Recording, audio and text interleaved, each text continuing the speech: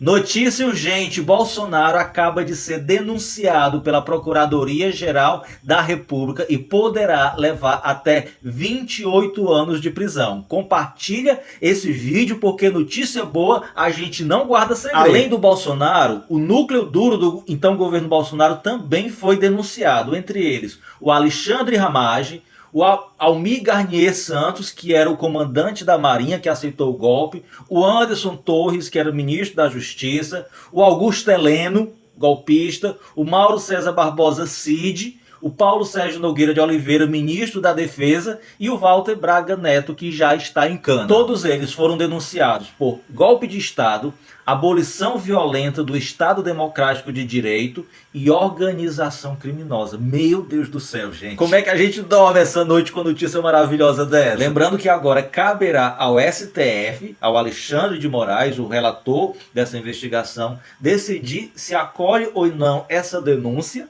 E obviamente ele irá acolher, e o Bolsonaro e esses demais citados se tornarão réus. E aí então dará-se início a todo o processo de julgamento, onde serão colhidos depoimentos de testemunhas, análises de provas, e então o STF irá julgar e condenar Bolsonaro e toda a sua turma. Eu fico triste demais com a notícia dessa. Economize o seu tempo e acompanhe agora o resumo das principais notícias do momento. Não esquece de me seguir e compartilhar esse vídeo. O partido do Bolsonaro comprou uma pesquisa do Instituto Paraná Pesquisa e o resultado da pesquisa disse que o inelegível ganharia do Lula em 2026 e a senhora Michele também ganharia do Lula. Essa pesquisa ela é tão verdadeira quanto uma nota de R$3. Olha só a credibilidade do Instituto Paraná Pesquisa, que disse que em 2022 o Bolsonaro ganharia do Lula de 42 a 35. E repito, foi literalmente uma pesquisa comprada pelo partido do Bolsonaro.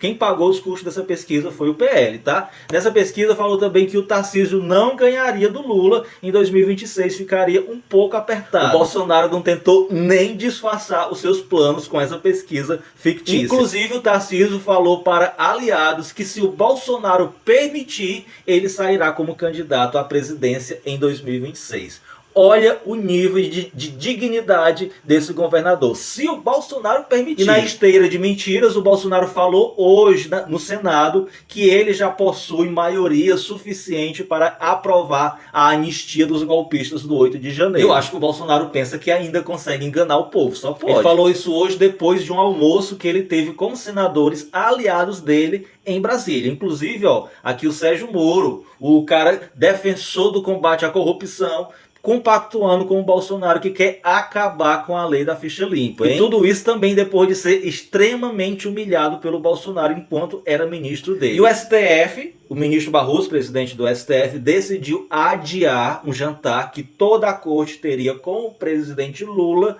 devido à proximidade da denúncia que a PGR irá fazer contra o Bolsonaro a respeito dos seus crimes cometidos. Esse jantar era um jantar de confraternização na casa do Barroso, que era para ter ocorrido em dezembro do ano passado e que teve que ser adiado por conta dos problemas de saúde do presidente Lula. E o Hugo Malta, presidente da Câmara dos Deputados, está se queixando para os seus aliados mais próximos de que houve uma revolta muito grande porque ele falou que os golpistas do 8 de janeiro não eram golpistas e não tentaram dar um golpe de Estado. O cara fala bobagem e ainda fica chateado por conta da repercussão da bobagem. Quero saber se o Hugo Malta teve coragem de falar na reunião que ele teve com o Alexandre de Moraes e o Gilmar Mendes se ele estava chateado com essa repercussão. E o ministro Flávio Dino determinou que a Controladoria Geral da República faça uma investigação sobre a transparência de algumas emendas parlamentares onde não há possibilidade de rastreio. Os deputados, querendo se proteger da justiça, estão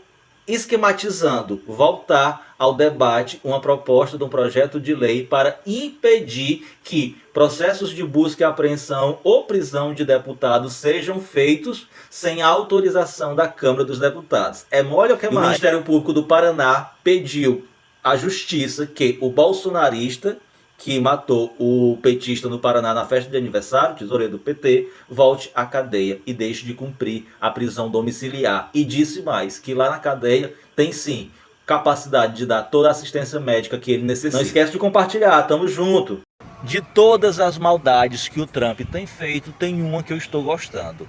Ele tem humilhado a Europa diariamente, tem deixado a Europa de quatro, de joelho aos seus pés. E antes que você me interprete mal, eu detesto Trump, detesto os Estados Unidos, o Império Norte-Americano, mas detesto também a Europa. E estou achando muito bem feito o que o Trump está fazendo com a Europa, porque a Europa passou os últimos anos como uma cadelinha dos Estados Unidos e agora está levando um belo chute no traseiro. Se você não está sabendo do que eu estou falando, eu vou contextualizar rapidamente aqui para você. O Trump ligou para o Putin e ambos decidiram negociar o fim da guerra na Ucrânia sem falar com o Zelensky, com a Ucrânia, e muito menos sem falar com a Europa. Hoje ocorreu a primeira reunião presencial entre os Estados Unidos e a Rússia na Arábia Saudita. E os Estados Unidos e a Rússia estão aos poucos voltando a ter relações. Em breve serão nomeados embaixadores da Rússia nos Estados Unidos e dos Estados Unidos na Rússia. Transferências bancárias serão permitidas novamente. E ambos decidiram que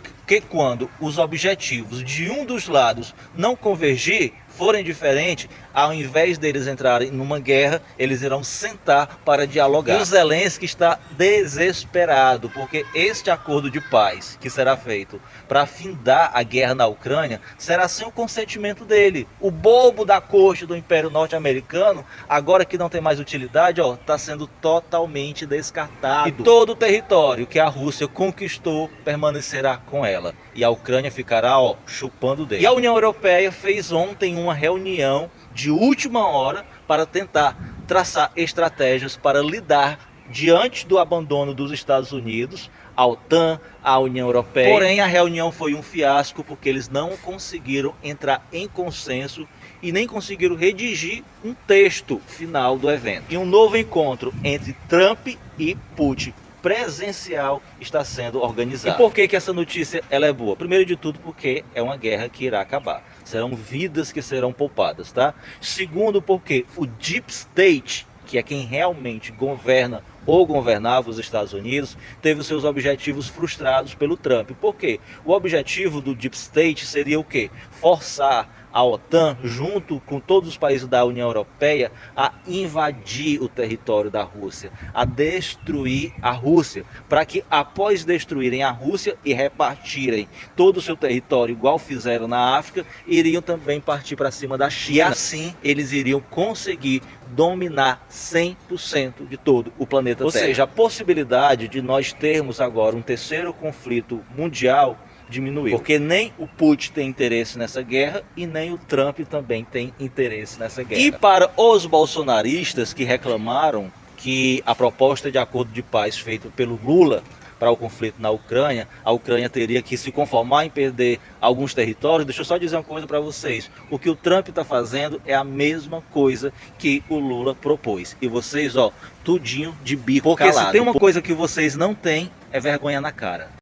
A situação do Milei na Argentina está complicadíssima. Quanto mais mexe, mais fede. Depois do Milei colocar a culpa nos seus eleitores que compraram, que investiram na criptomoeda, que ele divulgou e que causou prejuízo financeiro a milhares de pessoas, vazou um vídeo do Milei numa entrevista com um jornalista da Argentina, onde todas as perguntas foram combinadas, mas de repente algo saiu do combinado e acabou vazando. Vou te mostrar agora o vídeo. Presta muita atenção nas legendas, tá? En el cual participaste vos como ciudadano, además como presidente, por eso te lo pregunto. Pero de vuelta, es bueno que lo señales como ciudadano, porque tuiteé desde mi cuenta personal. Sí, pero ya te diste cuenta que no, que sos presidente. Bueno, me lo dijiste antes. Pero sí, pero mi cuenta es mi cuenta personal. Está bien, pero sos el presidente. Fíjate que dice mi cuenta de Twitter, abrila. Economista, sí, ya sé. Ok. Pero sos el presidente. Sí. ¿Qué? ¿Con esa parte?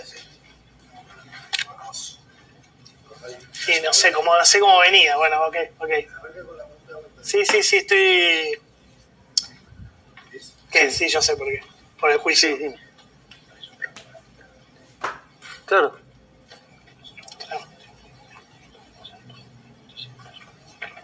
Claro, sí, obvio. Sí, yo entiendo, me doy cuenta, te puede traer un quilombo. judicial. Eu só fico me perguntando como é que um jornalista se presta a um papel ridículo desse. Eu rasgaria o meu diploma se eu precisasse, em troca de dinheiro, fazer esse tipo de jornalismo. Essa entrevista foi na Clarín, que é a Globo da Argentina, tá? Só para deixar claro. Porque vocês sabem, né, que os grandes conglomerados de mídia, todos eles poupam os políticos neoliberais. Se fosse algum da esquerda, meus amigos, já estava condenado atrás das grades. Mas voltando para o assunto, não sei se você percebeu, o Milei reclama do jornalista que ele não estava cumprindo o combinado, porque no combinado da entrevista ele tinha que deixar claro que o Milei tinha tuitado a promoção e divulgação da criptomoeda como cidadão e não como presidente. E aí o jornalista insiste em dizer, mas você é o presidente, entendeu? E foi aí que foi interrompido para que cortasse essa parte e não fosse ao ar. Ô vergonha grande, meu amigo. Um presidente precisar dar entrevista com perguntas combinadas, meus amigos. Pelo amor de Deus. Mas é típico da extrema-direita. O Bolsonaro fazia isso daqui com jornalistas da Band e do SBT. E em relação à justificativa que ele deu para divulgar essa criptomoeda, ele simplesmente colocou a culpa nas pessoas que compraram, que investiram nessa criptomoeda. Diz que era igual um cassino. Você vai no cassino e arrisca porque quer. Ninguém te obriga. Só que ele esqueceu de dizer que a divulgação de uma criptomoeda dizendo que é para investir na Argentina e sendo divulgada pelo presidente da República tem um peso e uma responsabilidade muito grande. É uma pena que infelizmente isso não vai dar em nada, porque a gente sabe que o sistema vai sempre proteger os seus políticos neoliberais. Afinal de contas, o capitalismo manda no mundo.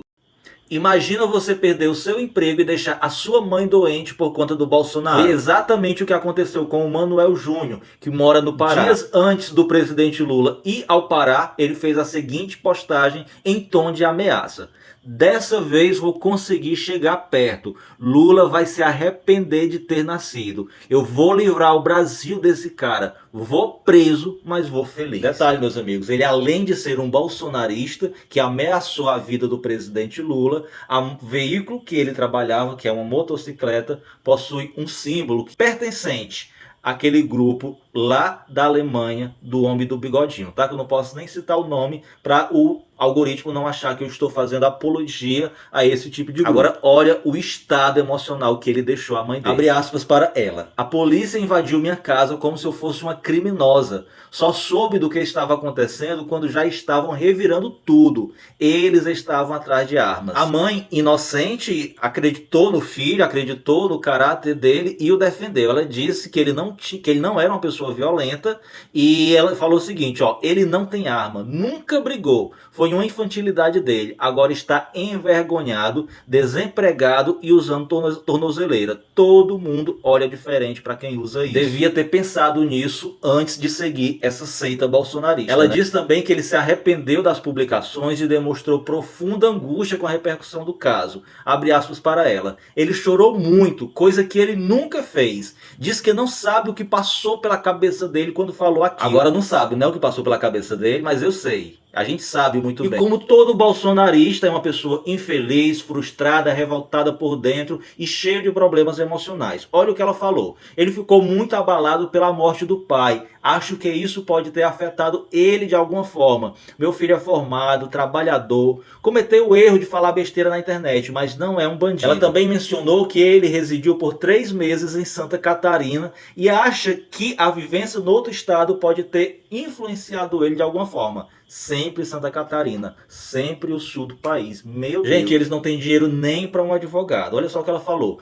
Queremos tirar essa tornozeleira dele. Isso está machucando demais. Coitadinho, meu Deus. Mas os custos para contratar um advogado são altos. Sou solteira, não tenho grandes condições financeiras para pagar um advogado. Pensei em procurar defensoria pública, mas acho que lá deve demorar muito. Terei que dar um jeito, vender algo para pagar um advogado. E além disso, ainda tem a moto financiada que ele terá que pagar e que simplesmente não vai mais poder trabalhar porque as pessoas terão medo de pegar um mototáxi andando de tornozeleira eletrônica. Abre aspas novamente para ela. Fico preocupada se meu filho vai conseguir retomar a vida dele, arrumar um bom emprego. Ele trabalha como motorista de aplicativo e ainda está pagando as parcelas da moto. Estou muito preocupada com isso. Temo pela vida do meu filho. Olha, eu tenho pena dessa mãe. Tenho pena mesmo dela. Ela não merece estar passando por isso. mas dele eu não tenho um pingo de pena. Eu torço que ele colha todas as consequências. Enfim, fica o recado para todos os bolsonaristas. Não esperem passar a vida todinha cultivando ódio e colher algo de bom. O que virá pela frente para vocês é somente coisas ruins. Ninguém planta limão esperando colher uva.